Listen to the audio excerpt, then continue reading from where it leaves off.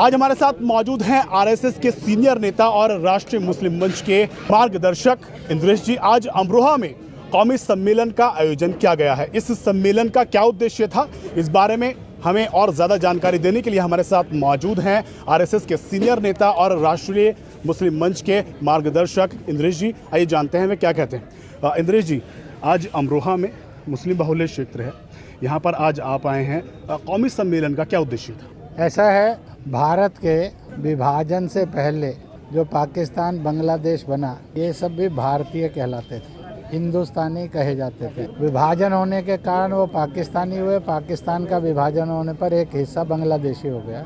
हमने ये कहा है कि इस देश के 99% से अधिक लोगों का डीएनए एक ही है। डीएनए के 3 आधार होते हैं। एक तो उनके पूर्वज किस वतन के रहने वाले हैं, तो पीछे पीछे जाएंगे 500 साल या 5000 साल पहले, यहाँ का चाहे मोहम्मदीन है, चाहे मोहनलाल है, चाहे रेवरेंट है, चाहे राम सिंह है, वह सब हिंदुस्तान के ही रहने वाले थे। दूसरी बात, उनके पूर्वज जिस भी मजहब में आज हैं, पुराने समय में इनका यही दीन मजहब था कि अलग था, तो जाएंगे तो सबका दीन मजहब पहचान वह हिंदुस्तानी कहो, हिंदू कहो, भारतीय कहो, वो थी। तीसरी बात, जो रस्म रिवाज हैं, जैसे विवाह निकाह पर और ऐसे काम पर भात मामा देता है, आज भी दे रहा है। और यहाँ की एक रिवाज रही है और परंपरा रही है कि अपनी अपनी पूजा पत्ती पर चलो, दूसरे की पूजा पत्ती की ना निंदा करो, ना दखल दो, बल्कि उसकी भी इज्जत करो, तो भाईचारा बना रहेगा। इसलिए भारत, भारतीय और भारतीयता, हिंद, हिंदी, हिंदू, हिंदुस्तानी, हिंदुस्तानियत, यह सर्व समावेशी है, जो सब फिरकों और उप फिरकों को भी स्वीकार करती है और सम्मान देती है। इसलिए ये मुल्क ऐसा ही बना रहे।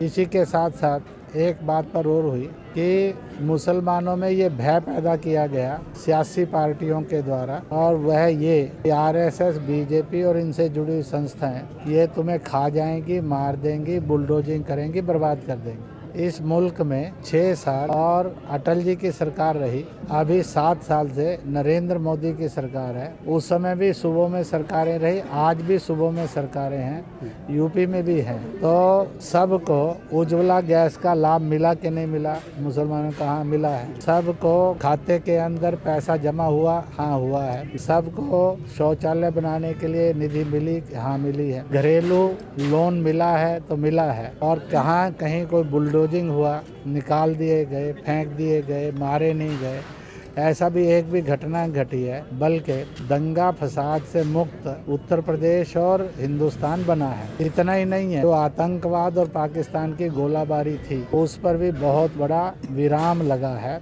चीन को भी सबक दिया। और मुस्लिम महिलाएं तो विशेष रूप से कह रही हैं कि सच्चा इस्लाम तो योगी मोदी के समय में आया, जब 3 तलाक जैसी गैर इस्लामिक बुराई से और जहन्नुमी काम से औरतों की हिफाजत हुई। और इतना नहीं है, मर्द भी बोलते हैं कि हम भी जुल्म के रास्ते पर चलकर और जहन्नुम के रास्ते पर बढ़ रहे थे, हमें भी जालिम बनाने से बचाया। इसी तरह से रसूल का दिन और नबी के जन्मदिन के रूप में बनाया जाए, इसकी धूमधाम वाली ईद उल मिलादुन नबी भी हिंदुस्तान से जन्मी। और इसलिए एक सवाल तलाश रहे हैं, वह ये है कि जिनको वोट दिया, जिन्होंने हमें भड़काया और जिनसे नफरत करवाई, उनसे मिला क्या?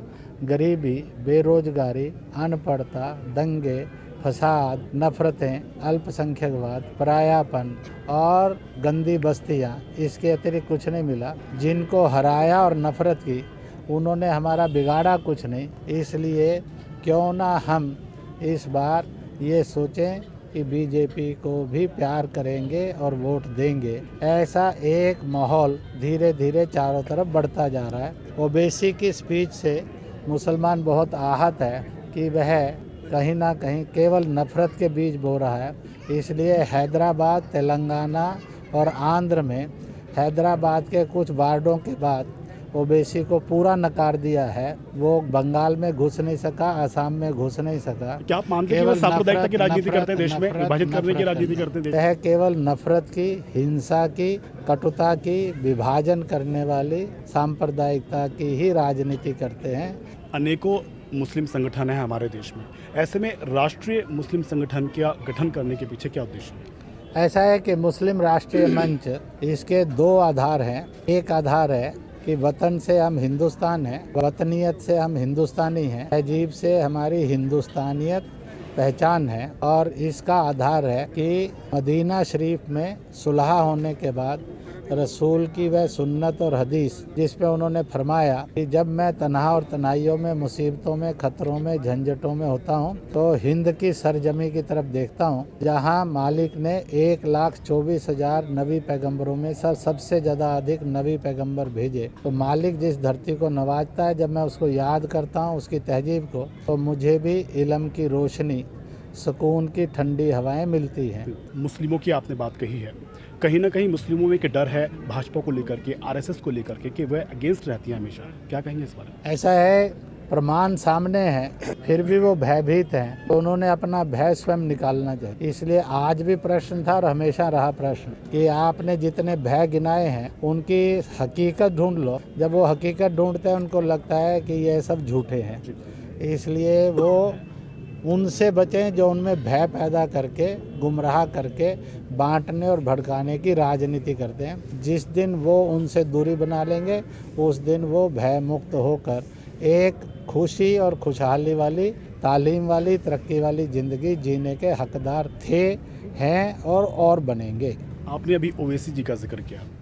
अनेकों पार्टियां हैं, सपा है, बसपा है, एमआईएम है, जो मुस्लिम हितैषी होने क्या दम भरती हैं। क्या ऐसे में आप मानते हैं कि अब तक, जब से देश आज़ाद हुआ है, जब से हमारे देश में निर्वाचन प्रणाली लागू हुई है, तब से मुस्लिमों को सिर्फ एक वोट बैंक के रूप में जो राजनीतिक पार्टियां इस्तेमाल कर रही हैं?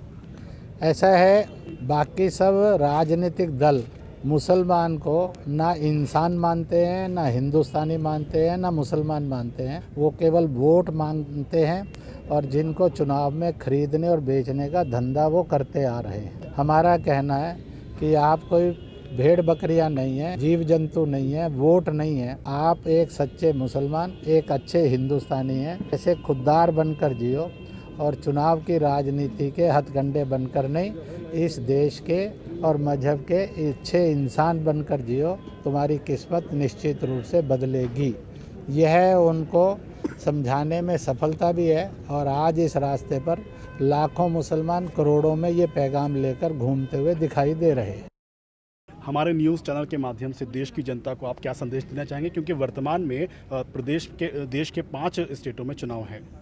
ऐसा है, मैं चुनाव है तो भी, चुनाव नहीं है तो भी पहली बात ये कहूँगा, मजहब नहीं सिखाता आपस में वैर करना। इसलिए मजहब के नाम पर नफ़रत नहीं, हिंसा नहीं, दंगा नहीं, भाईचारा और सद्भाव आना चाहिए। इसलिए इसका हमारे का कहना है कि अगला मिशन है नफ़रत नहीं, मोहब्बत। हर हालत में मोहब्बत, हर कीमत में मोहब्बत। यह हम सब का साझा सफ़र रहे। जात में छुआछूत नहीं, सब जात ईश्वर से दी हुई हैं। इसलिए किसी को अछूत मानकर, हीन मानकर दुर्व्यवहार नहीं करना। सब मालिक से हैं, इसलिए औरत पर 3 तलाक या बाकी रूप में जुल्म नहीं करना, बल्कि उसी के कदमों में माँ के रूप में जन्नत है, उसको इज्जत और सलामती देना। प्रदूषण नहीं, पर्यावरण, पेड़ लगाना, जल बचाना, प्लास्टिक से दूरी रखना और गंदगी नहीं करना। जो गरीब है, दुखी है, पीड़ित है, कमज़ोर है, असहाय है, निर्बल है, किसी जात का, किसी पार्टी का, किसी जुबान का और किसी भी मजहब का हो, सबकी मदद के लिए हाथ आगे बढ़ाना।